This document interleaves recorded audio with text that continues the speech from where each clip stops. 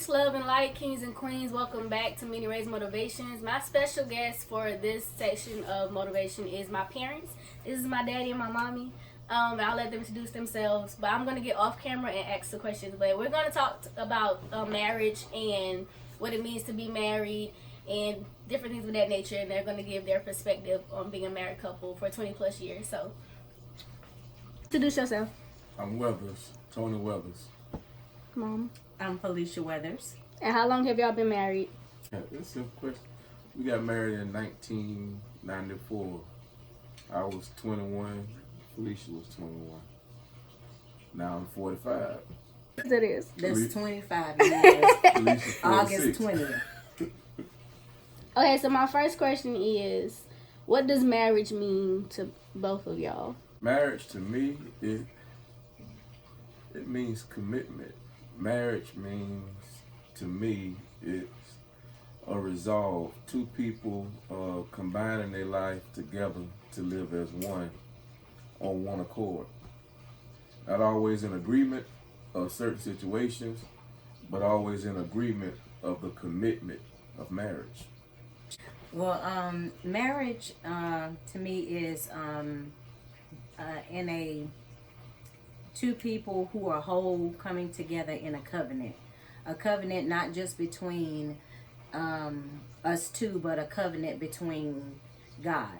When we stand before God, or when we get married, you know, we always hear we stand in holy matrimony, and we take these vows. So when we stand in holy matrimony, we're not standing in holy matrimony with the congregation. We're standing in holy matrimony with the Creator. So I believe that being in a marriage is to come under His will, so that we can come under the will that God has on our lives, that we walk together in unity. So the big thing about marriage is, well, that my generation has an issue with, is the concept of submission.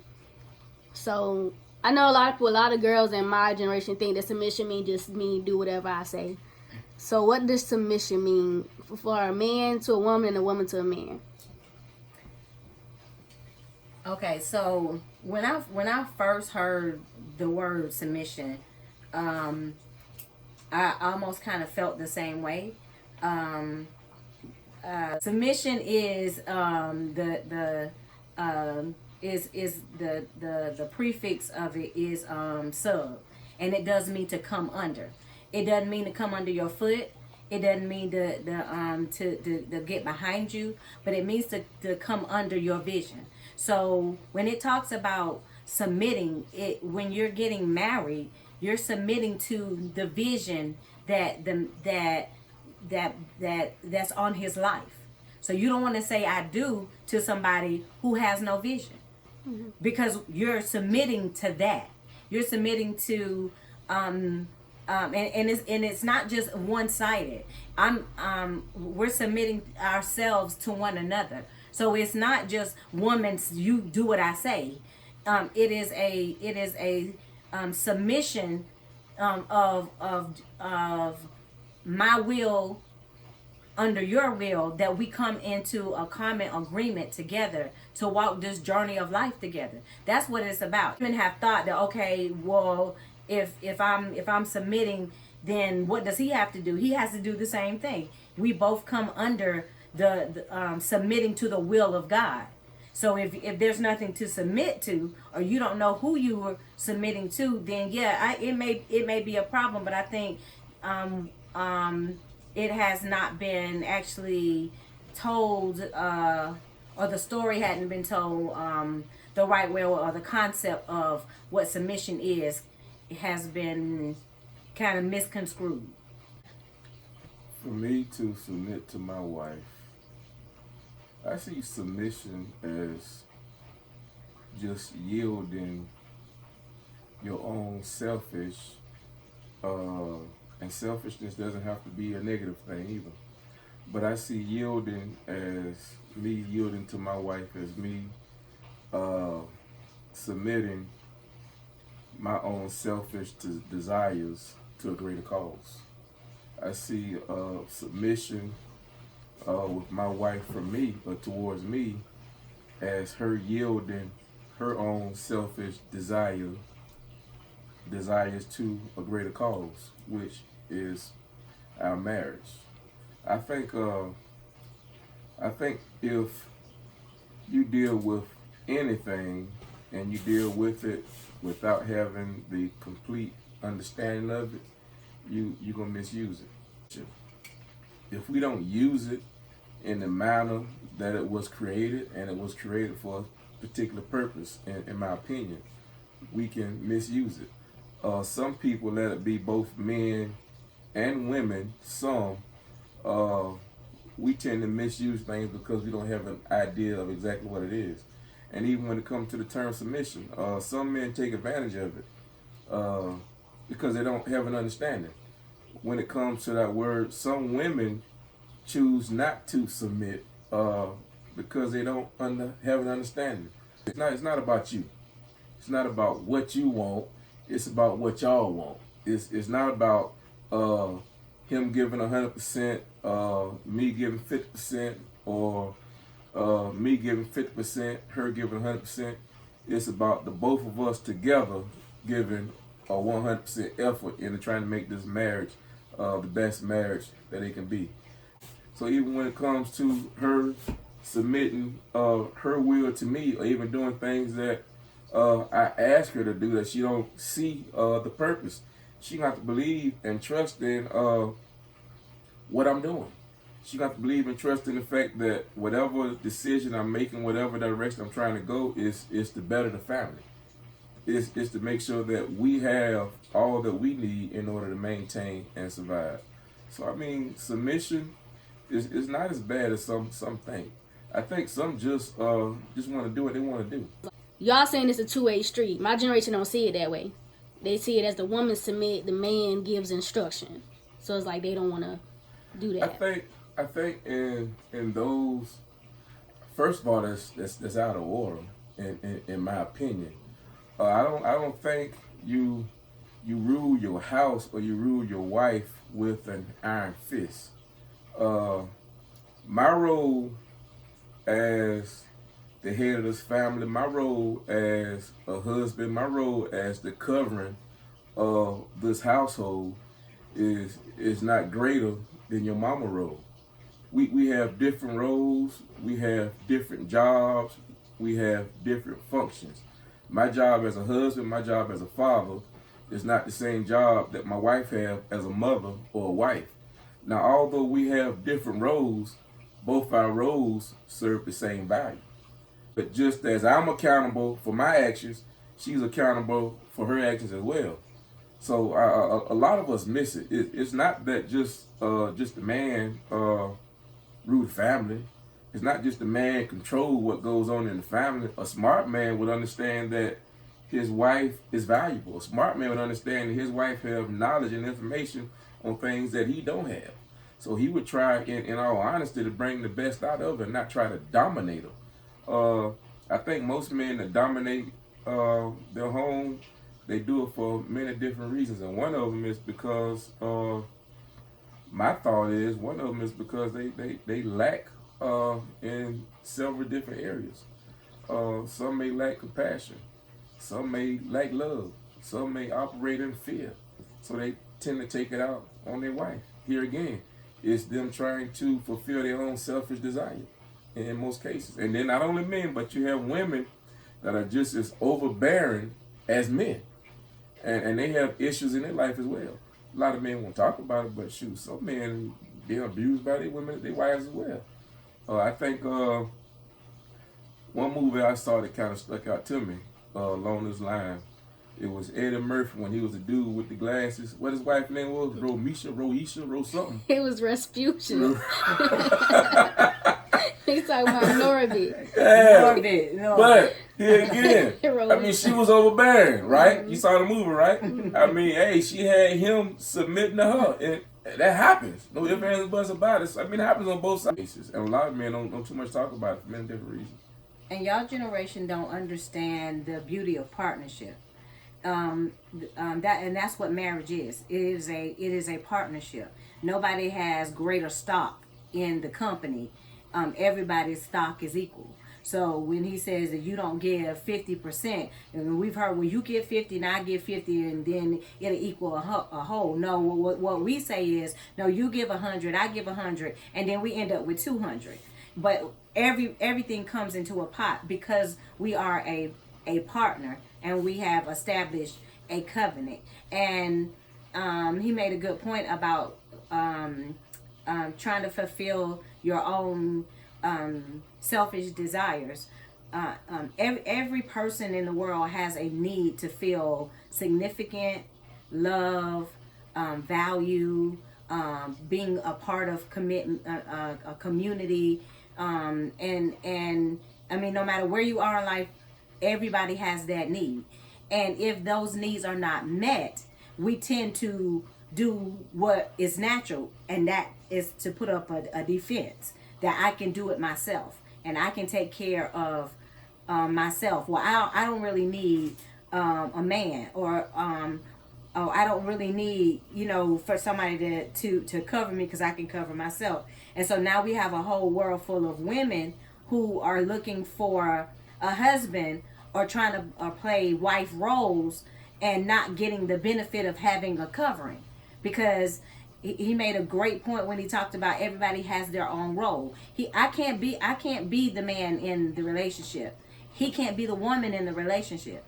We all have a role, and we don't actually understand what that role is. And when something is when you don't understand what your role is, you end up driving out of your lane. And so I think y'all, you're the millennials. It's about me, myself, and I type thing. Like, I'm not gonna let you bring me down type thing. But you miss the benefit of what it means to partner with somebody because you don't know everything, and you do need somebody to walk this road with. And if God has called that person into your life to be your husband, then he has a wisdom you need. If he's called me in the relationship to be his wife, I have a wisdom that he needs. The thing is we have to submit to God so God can give us our instructions so that we would know how to submit to one another. So we just got a lot of misunderstanding, but the bottom line is we have to be taught, and we have to get a better understanding of exactly what life is all about. You have to get a better understanding of exactly what being a husband is all about, what being a wife is all about. Because if we go into this marriage and we're not trying to strive towards this covenant that my wife is talking about, man, we're gonna ruin a lot of stuff. We're gonna ruin a lot of lives, even our own. I have a question. How do you feel about the term happy wife, happy life? It's a lot of different what they call them things, cliches out there. Mm-hmm. Happy wife, happy life. Your wife can be as happy as she can be, but if you're not happy on the inside, that means absolutely nothing. And they got another term out there that says, if mama ain't happy, ain't nobody happy. Well, I mean, reality is, if daddy ain't happy, ain't nobody happy. that's just the way it is. I mean, that's just where it is. At the end of the day, it takes two. It takes two. My wife can be happy for many different reasons, but if I'm not happy on the inside, it means absolutely nothing. And then I could be happy on the inside, and my wife not happy, and I could still have the strength that it takes to be the covering that she needs in life, so that we can still enjoy this life. We got a lot of cliches out there. Some of them sound good, but the meaning behind them can be minimal. You know what I mean? So my thought about happy wife, happy life is it's another cliche. It sounds good, and we can throw it off at the right time. We could probably get a lot of people to scream and shout. Okay, my next question is, what is your advice for when people are either wanting to get married, like myself, like wanting to get married, or people that are already married but like are having issues? Like, what's your advice for them to better work together? You said the ones that want to get married. Yeah, that are married like, but yeah, they're young and they just got married, it's not really working, or they desire to be married? Okay, so the ones that are married and they're young and are having difficulty, that's normal. So yeah, that's probably not what you want to hear, but you need to know that's normal because you have entered into something. You entered into a covenant with a person. You may, I don't. Some of y'all probably live together. Some didn't, but are now living with somebody, and they're different from you. Their likes are different from you. Their understanding is different from you, and so now their differences that once attracted you are probably now the differences that are causing friction. And what you have to do is really take your vow and dissect it. Marriage is not easy. You're gonna have good days, you're gonna have bad days, but you definitely have to work on it. And marriage will make you grow up. We got married at 21, and nobody we knew was getting married, so everybody was like, y'all getting what? Yeah, we're getting married. And if you knew that was a person you wanted to marry, you knew that man was the man you wanted to marry, now you have to fight for what was yours. And you have to learn how to grow from where you are. And so you got to be in it to win it. I would say if you are having problems and you cannot fix them, between you two, it is best to go to professional counseling, because your perspective may be not our perspectives are different, and we both talk different. So what I may be saying, I may think that I'm clear, and he may not understand what I'm saying, and vice versa. So it has to be you guys working together to come up with a solution. And that should be your ultimate goal. No matter what the situation is, no matter what the circumstances is, we're looking for a solution. Never magnify the problem. You don't have to never magnify the problem. Always go into a conversation looking for the solution. And that's what I would say far as the ones that are married. But those who are not married and you are desiring to get married, take your time. Don't fall in love with the fact of being in love. Don't fall in love with the fact of having a wedding, because that's temporary. That's a big party. That's really all it is. The marriage is you marrying not just that man. You're marrying his mama, his daddy, the daddy side of the family. You're marrying all of that. Take your time and see what kind of family you're getting ready to marry into, because regardless of what you think, or regardless of of how you put it, you're not marrying just the man. You're marrying the family. Now, the marriage is only between you and him, but take a good look at the family, because it'll help you realize what may be some issues and what may be something you have to talk about in that relationship. But take your time and really get to know the person. Don't fall in love with the potential, because women do that. We fall in love with potential. Oh girl, he just but the potential you see, he may not grow to the potential that you see. So get to know the person, and then also get to know you, because the way you feel today can change. So I would say take your time. I know people meeting and marrying on TV all day long, but a real marriage is one when you can give your heart to that person, and that person can give their heart to you, and y'all walk together in unity, even when you're not unified. What I would say is for those that are not married, that have that desire to be married is in the beginning, as you're growing up, is to develop yourself. Uh, Try to be the best you that you can be every day, and try to pursue all your careers or your goals. Try to at least get your career started. Now, if before you completely develop, you happen to meet that somebody, uh, make sure that somebody, that person that you're with, adds value to your life. And just as my wife said, don't get with somebody and try and marry their potential. Try to marry their expectations.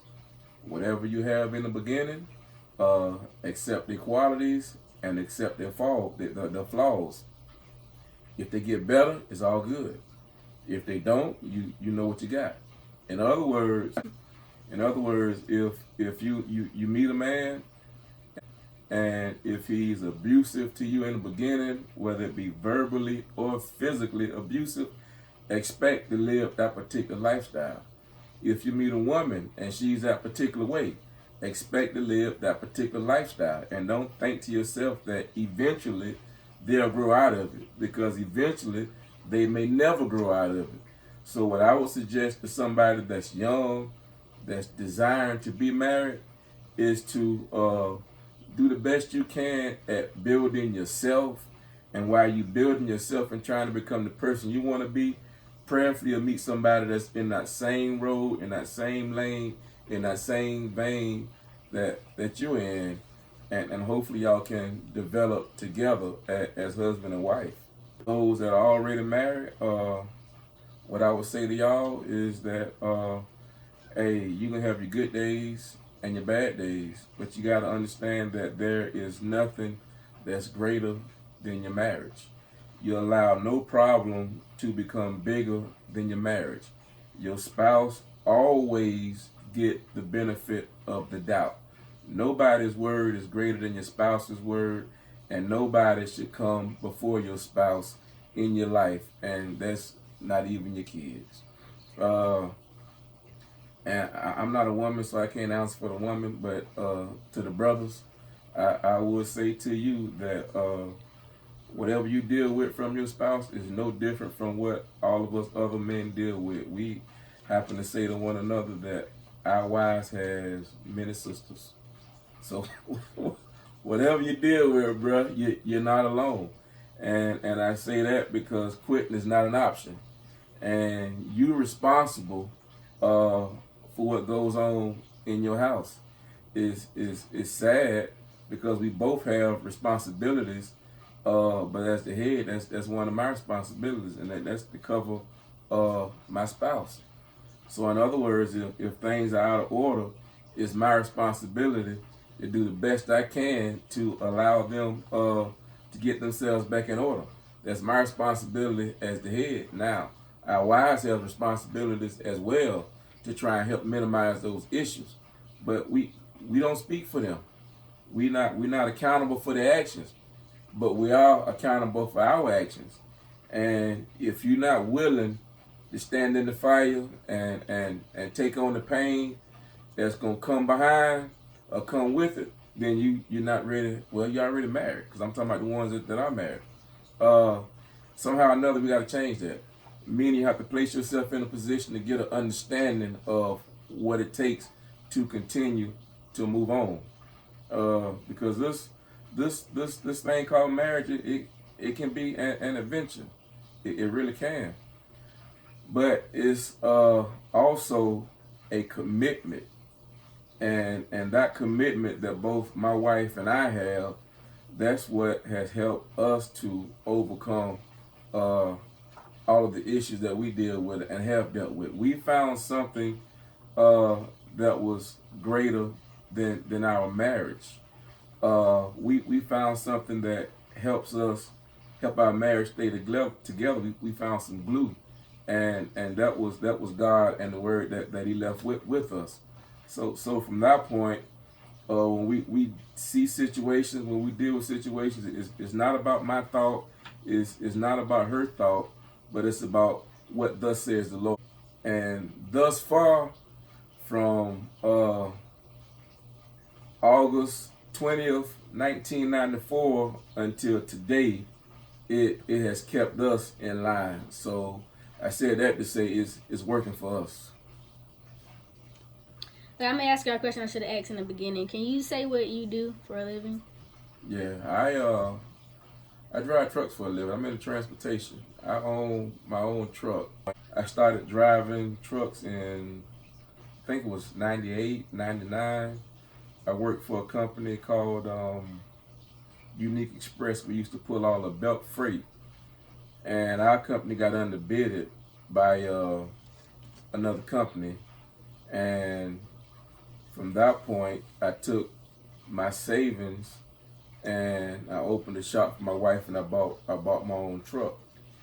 What you do for a living? Well, I am a beauty consultant, and I own my own beauty salon. I have been in the beauty industry for over 26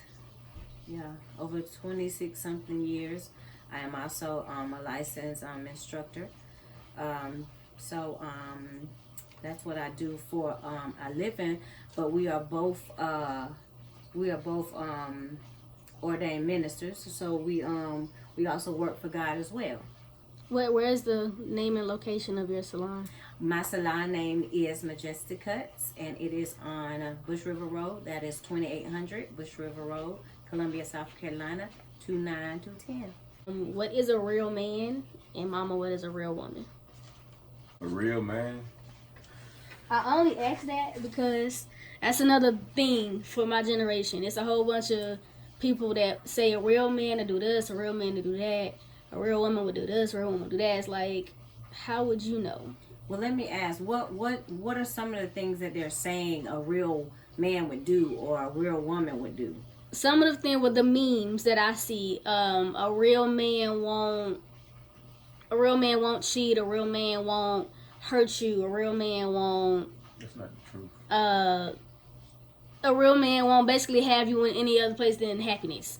A real woman is not going. I don't know. A real woman cleans, cooks, and all that type stuff. Like that's that, not the truth either. Yeah. So yeah, that was the stuff that I've personally seen people say. So what is a real woman according to you guys? A real man according to you? Okay, so a real woman is confident in who she is. That doesn't mean that we don't have insecurities, because we do. But she's confident in who she is, and she has morals. She realizes her value. She doesn't necessarily have to cook, and she don't have to, she doesn't have to be all slave to the gods, as y'all would say, with stilettos on like Betty Crocker in the kitchen. That is a misconception. That is an ideology of what people came up with. That's a concept of what a woman is. But a real woman keeps herself together. She has value on her life. Therefore, she can attract a real man because of the contents of what she carries is valuable. She knows that she is not an everyday dish. She knows that she's fine china, and she's not going to play herself to allow anybody that just comes up to her the time of day. Yeah, you can be cordial, you can be kind, all of that's good, but a real woman goes for her goals. She in spite of fear, in spite of negativity, in spite of being told no, in spite of being the color that she is, or doors being shut in her face, she doesn't take down. She doesn't take no for an answer, and she knows how to keep her family together. She's gonna put her family first. That's a real woman. She'll get her kids' hair done before her hair is done. She'll make sure that her children are fed before she's fed. She'll make sure that everything that everything in the household should be taken care of. If she's single, she should clean. because she should want to be clean. I'm not. I mean, that got something personal to do with her hygiene if she don't want to clean. I don't think that has anything to do with a quote unquote being a real woman. I think that has to do with that woman understanding who she is and her value and her wealth. So that kitchen stuff and being you got to cook and clean. You might be the one that can clean and can't cook. But that doesn't take anything from you as far as being a woman. But you know your worth and your value, and you're able to impart into another woman where you can encourage her and help the next generation see the wealth that she carries. I always told y'all when you were coming up that you're the thermostat. You regulate. And so that's what a woman does. She regulates. She's going to control the conversation. She's going to control the temperature in the house. If she hot, everything else going to be hot. If she cold, everything going to be cold. Which means that you understand who you are and what you carry. That's a real woman. So far as her saying the man always got to make her happy, that's not realistic, because happiness is a state of a situation.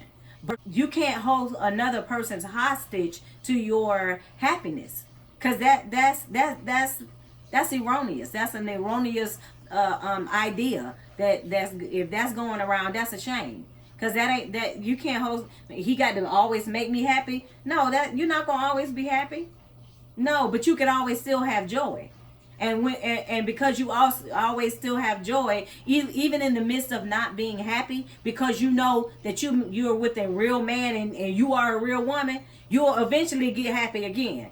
Because our feelings are so fickle. One day you can be in, the next day you can be out. One day you can be up, the next day you can be down. But if you know who you are, the value that you hold, it's not about just being happy.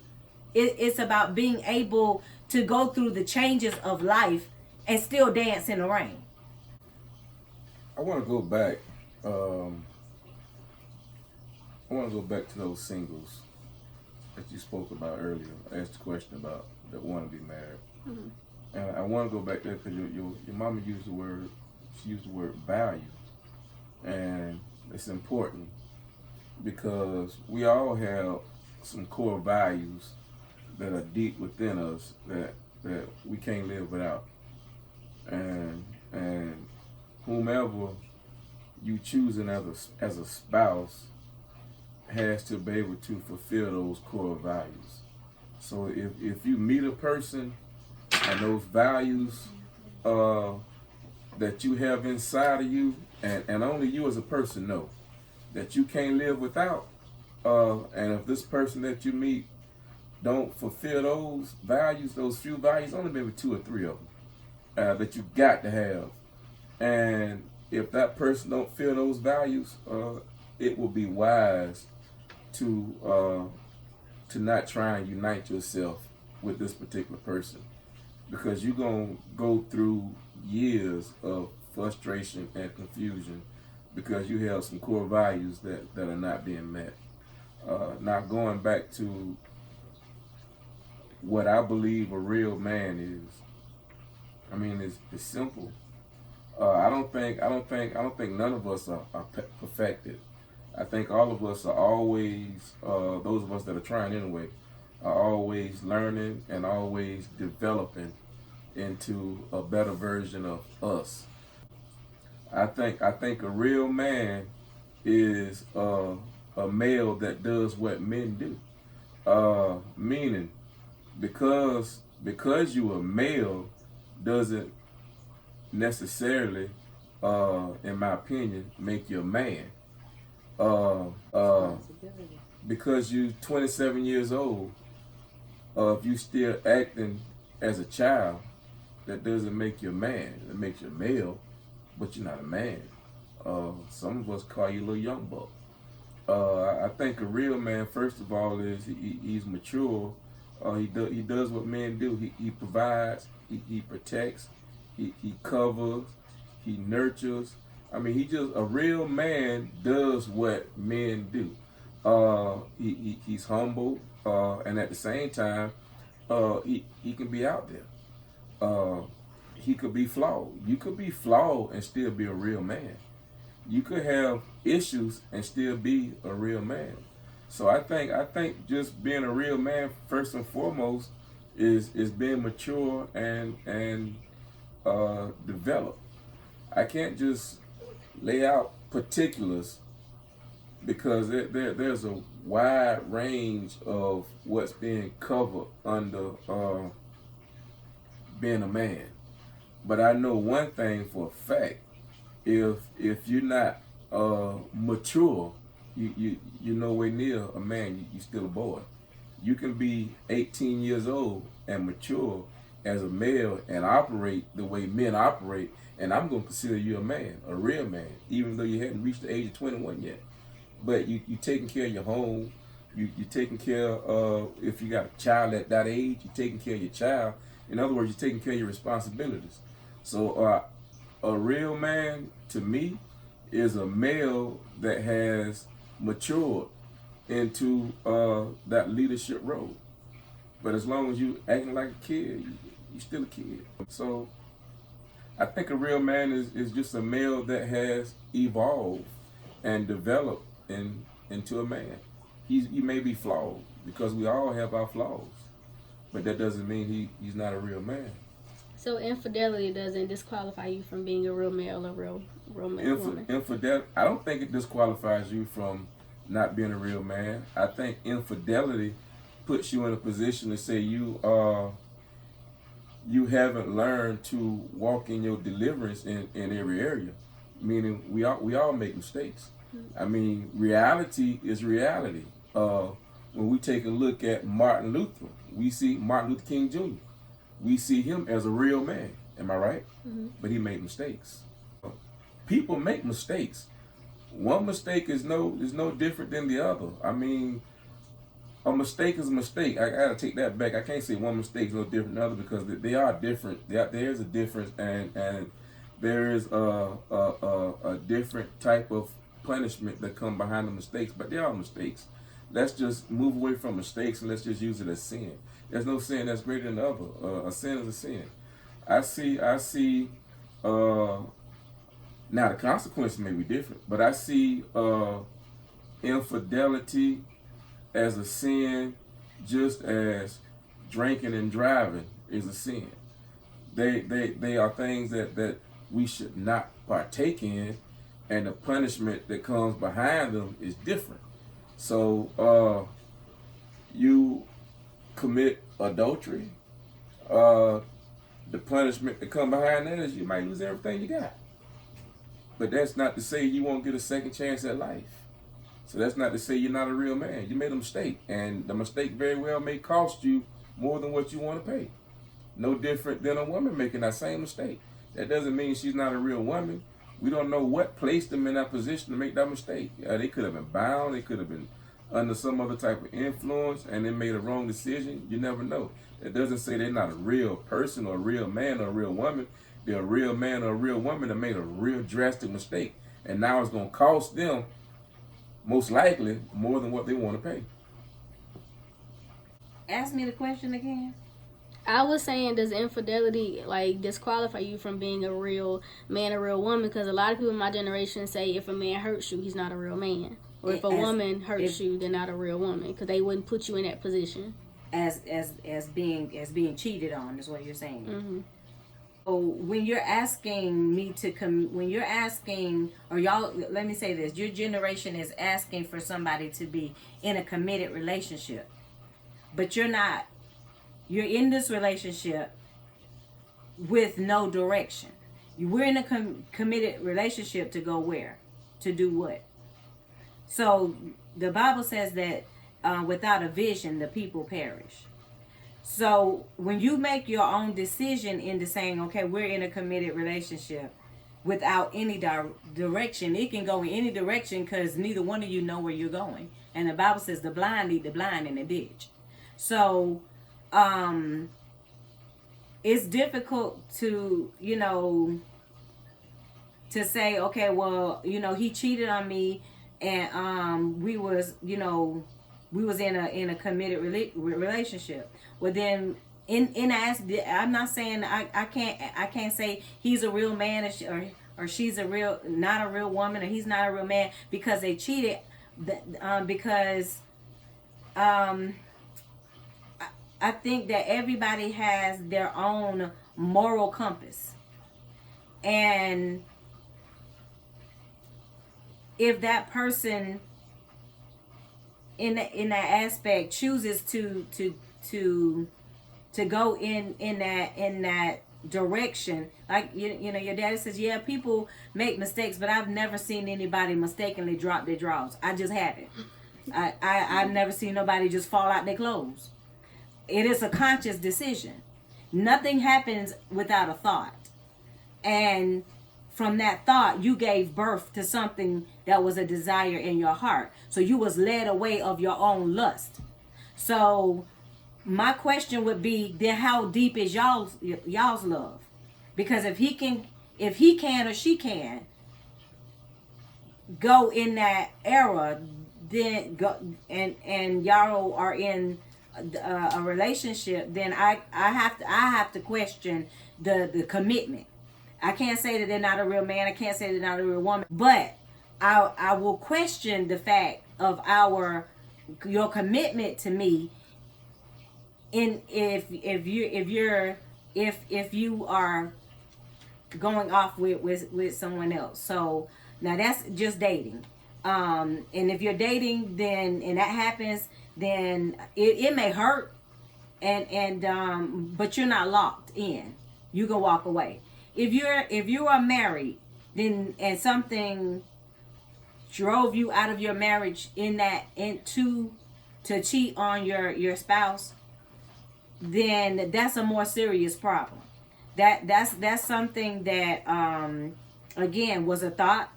It was thought provoked, and you was led away, of your own lust.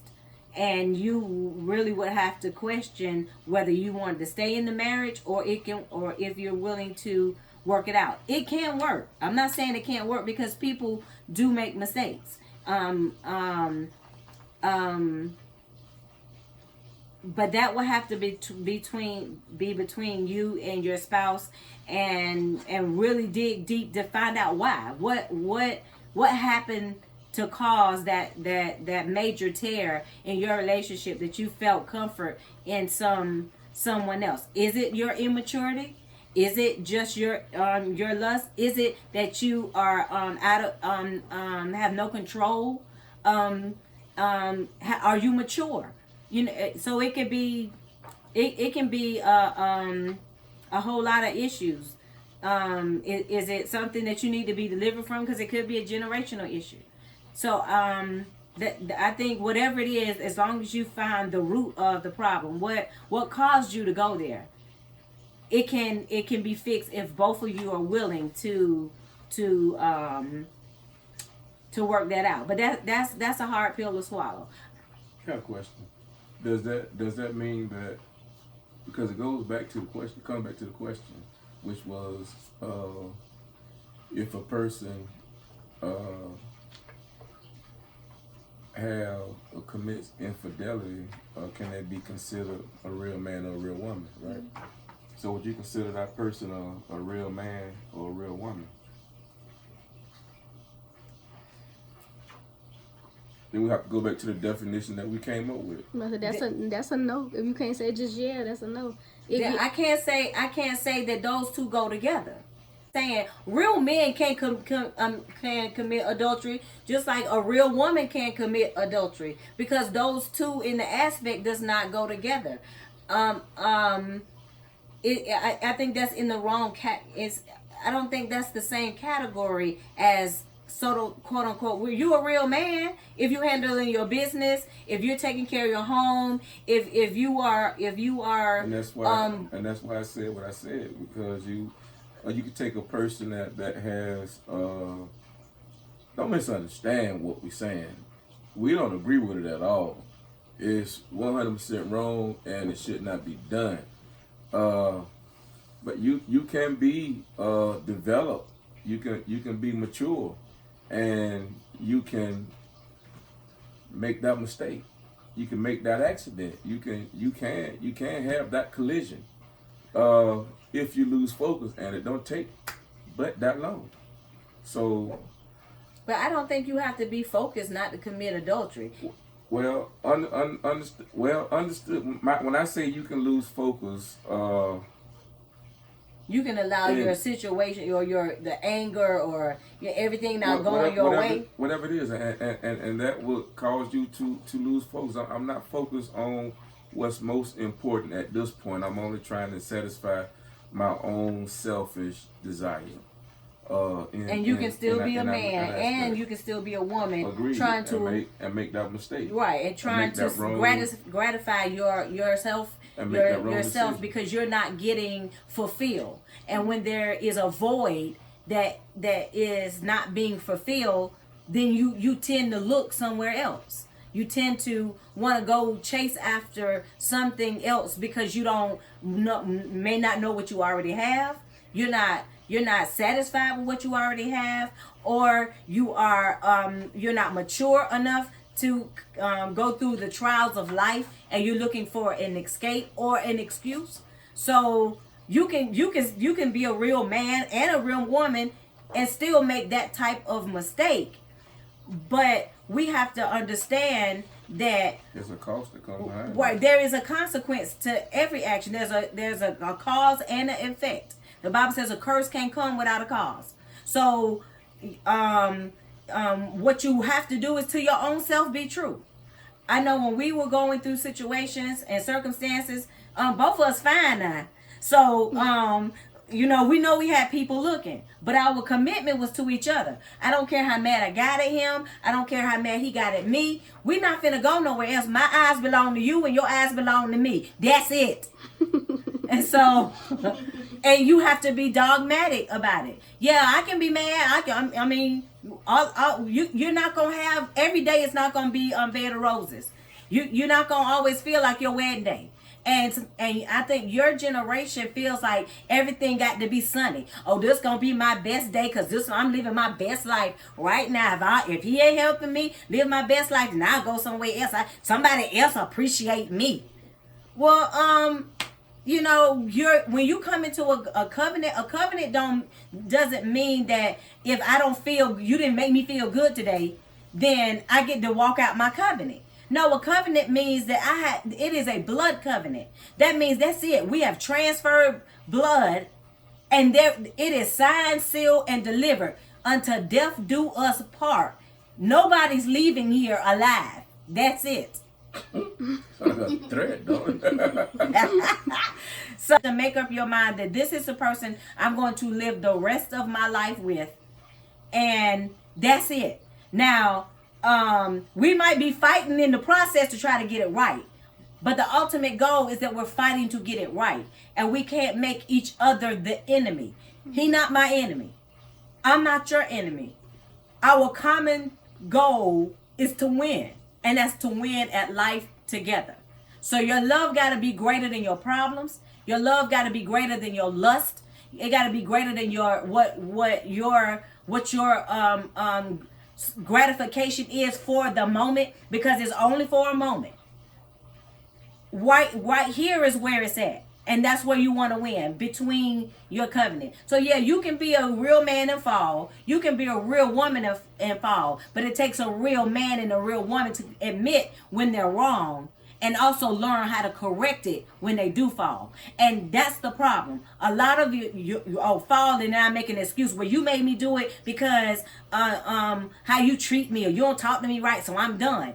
No, I'm in it to win it. If you don't see where you're wrong, I got to go on my knees and ask God to help me, because I stood before God in holy matrimony between all of y'all witnesses as we came into holy matrimony. So now, because my covenant is with God, and God is at the top of my pyramid, then I got to go to him and ask him, how do I fix this? Because you don't always have the answers. And if you got all the answers, then when you get to a point of not losing you, then you'll start doing crazy stuff. because you don't realize that you have someone in heaven that's willing to help you. He gave us a manual. I do think that couples need to couple up with each other, because young couples need to see what older couples have gone through. They need to hear the trials and the circumstances that we went through, and it wasn't always good. It wasn't always pretty, but in the end, we gonna win. And that's what you're looking for. Not a way out. Not an excuse to feel gratified for the moment. Last question for both of y'all. Is this the love of your life, and how do you know? If she loved my life, how do I know? Mm-hmm.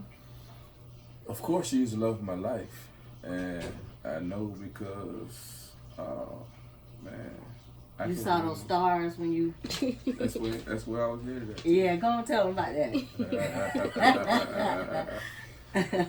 My wife and I, we've been together since we were babies. My grandmother actually had a picture with both myself and my wife on the picture.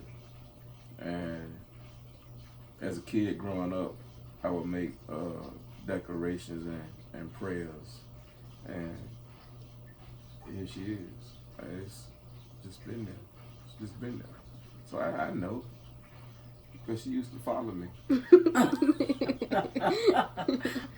she used to stalk me, so I know.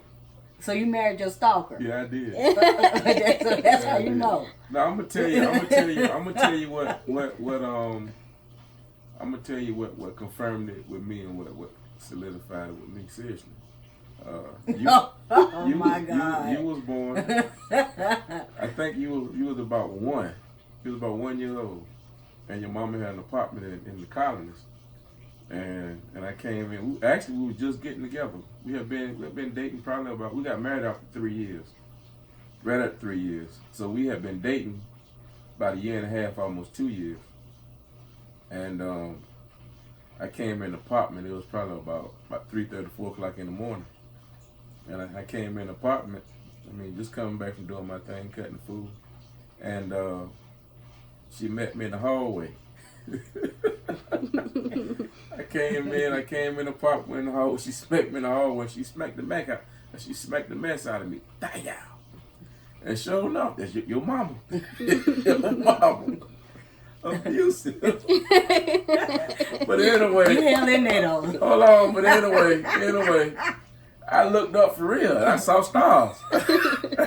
Seriously, I saw stars. So, needless to say, for the rest of that night or the rest of that morning, throughout the morning, we was arguing. We was going at it. Seriously, I never put my hands on her, and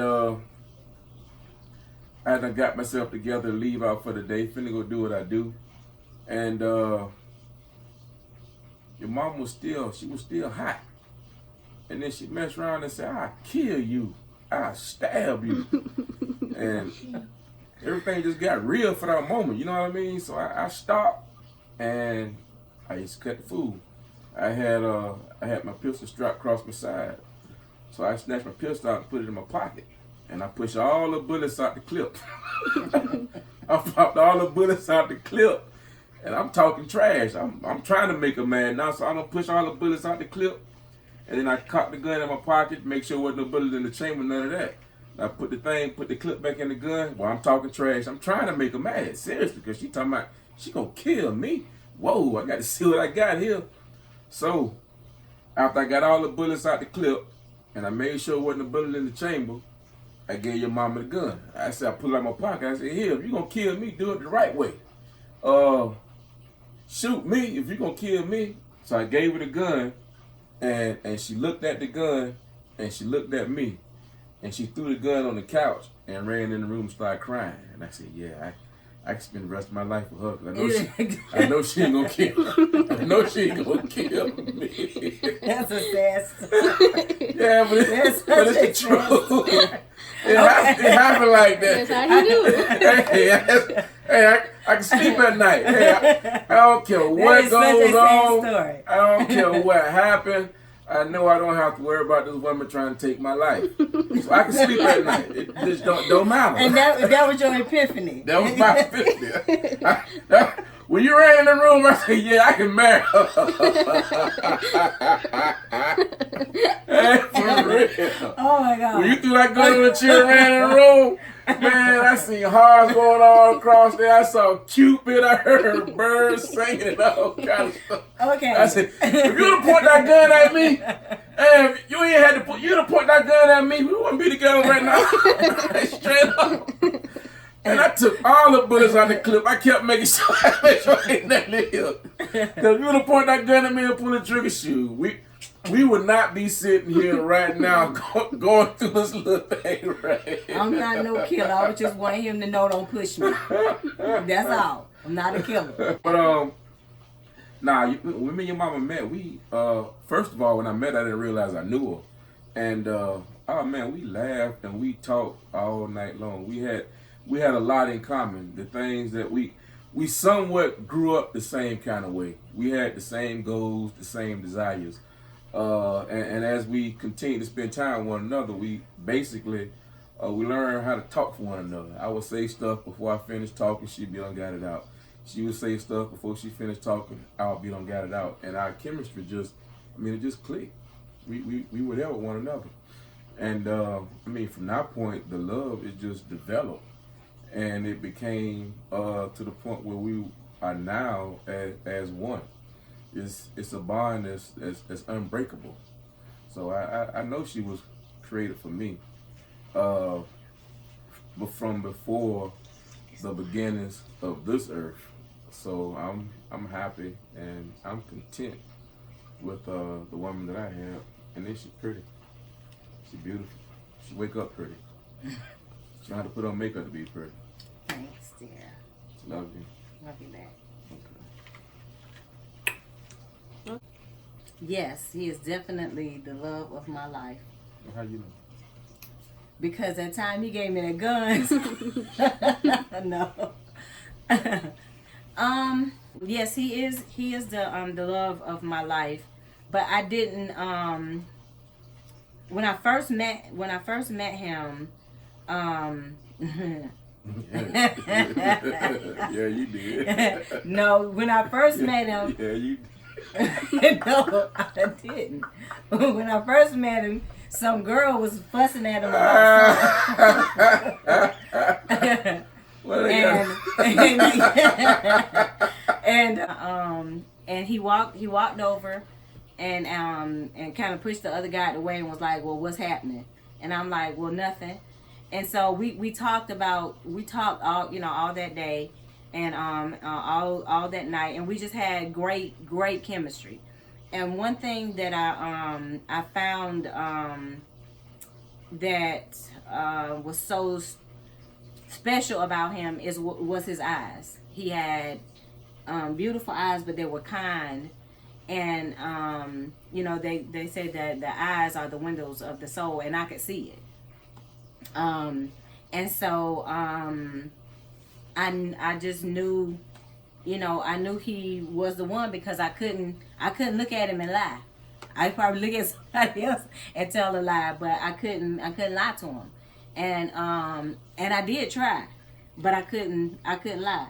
So I knew he was the one, and I fell hard. It was his eyes, and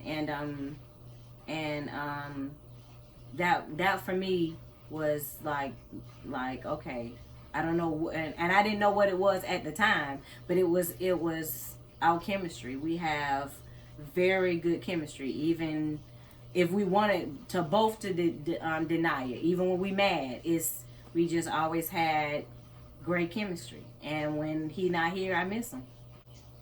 Love you. Love you back. So, this is the first episode with my parents. There will be more of them. So, y'all just let me know what y'all want to see here. We're going to have a daddy-daughter segment. That'll be fun. And a mommy-daughter segment. Mama! So, thank y'all for tuning in to Mini Ray's Motivation. We'll see y'all next time. Deuces.